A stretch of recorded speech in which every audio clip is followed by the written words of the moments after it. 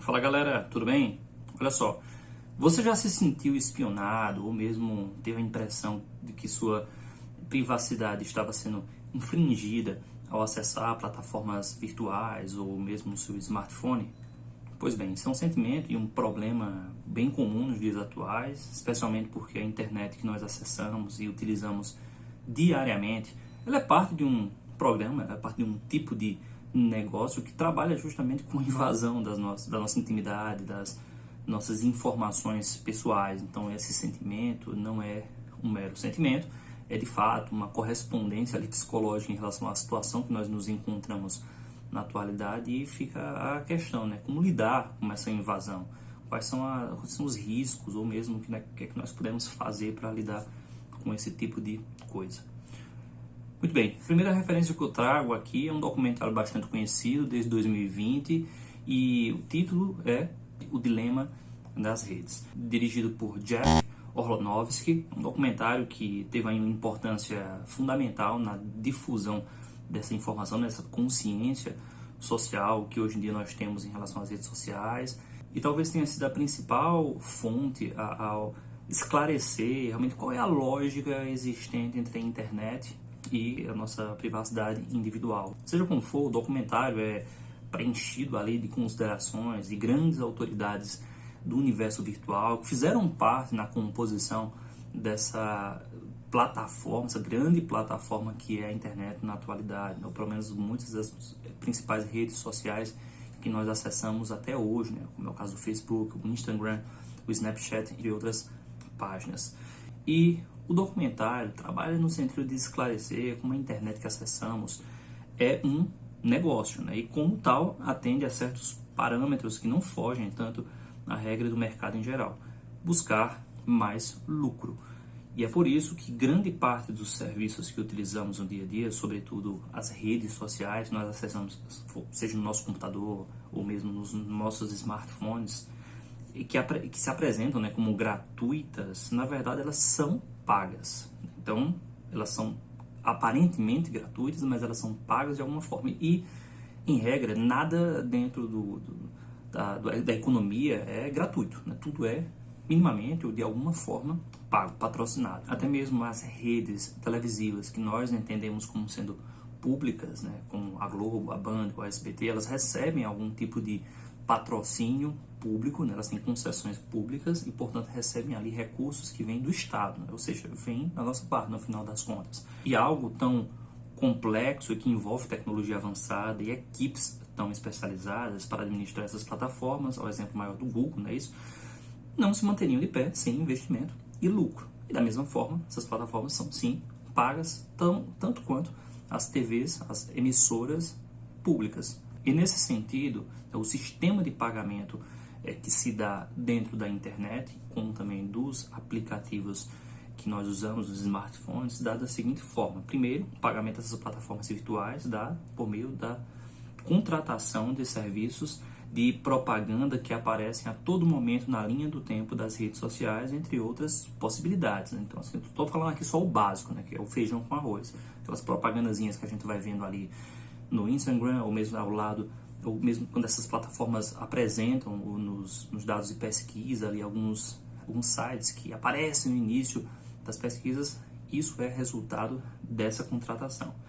E podemos afirmar que no segundo momento, a garantia de lucro das plataformas virtuais se sustenta na coleta de dados dos usuários, de seus usuários, de maneira que a oferta das propagandas anteriormente mencionadas acaba atendendo a parâmetros de personalização que ampliam muito a possibilidade de venda desses produtos que estão sendo oferecidos. O que acontece na internet é justamente que quando nós acessamos esses sites, e até mesmo esses aplicativos, esses programas, né, e toda a logística inerente aos algoritmos, ou seja, aos programas, esses aplicativos, ele personalizar o serviço. Personalizar como?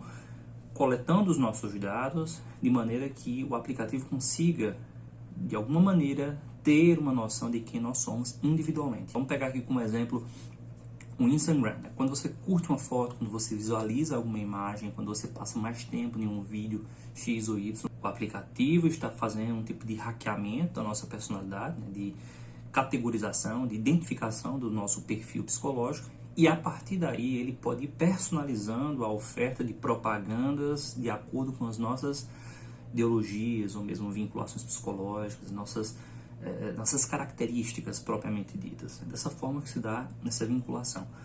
O aplicativo é gratuito? Não, é pago. Nós acessamos ele aparentemente gratuitamente, mas o que se dá é um processo de contratação de empresas que querem ter acesso às nossas características e o aplicativo consegue oferecer para nós propagandas e produtos de forma muito mais personalizada. Então, bota aqui como exemplo, né? Eu vou, obviamente, partir da minha vivência. Eu sempre estou pesquisando alguma coisa em referência ou relacionada a acampamentos. Eu pesquiso muito sobre isso, né? Barraca, equipamentos e acampamentos, né? Roupas especializadas que me possibilitam entrar numa mata e mesmo fazer algum tipo de trilha sem correr tanto risco. E nesse sentido aparece muita coisa para mim nas páginas, na timeline do Instagram ou mesmo no Facebook relacionada a esse tipo de coisa. Não só produtos, mas também vídeos relacionados e páginas, às vezes ideologicamente relacionadas a esse tipo de pesquisa. Dessa forma que a internet funciona. Eu acesso o produto, no caso, a plataforma a partir das minhas escolhas, da minha interação, faz um tipo de hackeamento das minhas características psicológicas e a partir daí ela consegue oferecer propagandas e personalizar a linha do tempo com propagandas muito mais alinhadas às minhas características. É inevitável, portanto, a invasão da nossa privacidade. Por quê? A invasão da nossa privacidade se dá através dos aplicativos smartphones e não só aplicativos, né, mas também as plataformas em si que nós utilizamos. Então não adianta apenas a pessoa não usar um celular, um smartphone, ela está usando algum tipo de plataforma. Até mesmo os nossos e-mails e o WhatsApp fazem parte desse modelo de negócio e, portanto, essa invasão ela não é um mero acidente de percurso no uso desses aparelhos, mas algo inerente ao próprio mercado em questão. Um modelo de negócio bastante utilizado na atualidade e, podemos afirmar sem qualquer receio, muito bem sucedido no que faz. Oferecer à sociedade serviços aparentemente gratuitos, acessíveis a todo mundo que tem algum tipo de conexão com a internet ou mesmo smartphones e, paralelamente, vender nossos dados a empresas interessadas nesse processo de mediação entre os interesses individuais e os interesses dos contratantes, né? Então a empresa contrata a plataforma faz a mediação entre o produto oferecido e os usuários.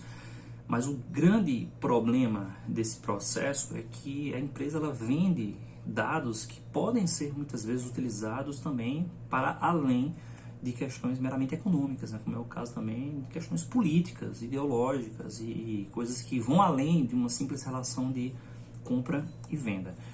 Eu trago aqui uma última fonte para esse debate e é o livrozinho 10 argumentos para deletar suas redes sociais. Ele está bem surrado aqui, né? Porque eu leio muitos livros. Fantástico para quem trabalha com esse tipo de debate.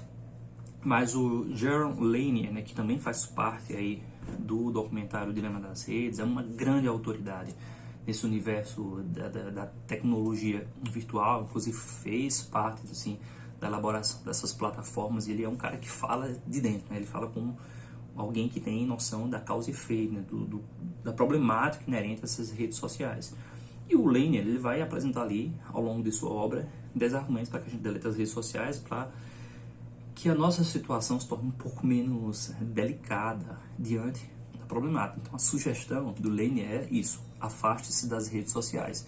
E eu destaco aqui o argumento número 1, que talvez seja o mais chocante, onde ele vai dizer o seguinte: você está perdendo seu livre-arbítrio. Nós estamos perdendo nosso livre-arbítrio ao utilizarmos as nossas redes sociais. Por quê?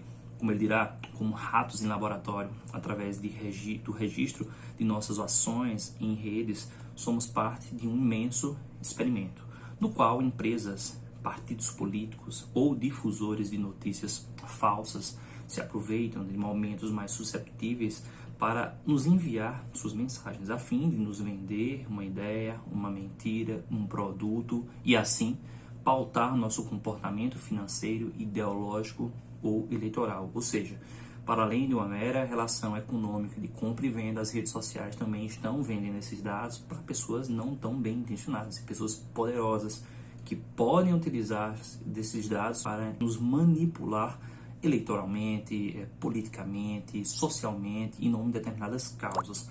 são, portanto, agentes extremamente poderosos, né? São pessoas que muitas vezes nem estão nos nossos países, né? A gente olha para uma pessoa A ou B, um partido A ou B aqui no nosso contexto, mas a verdade é que às vezes são coisas que ultrapassam em larga medida a mera dimensão nacional.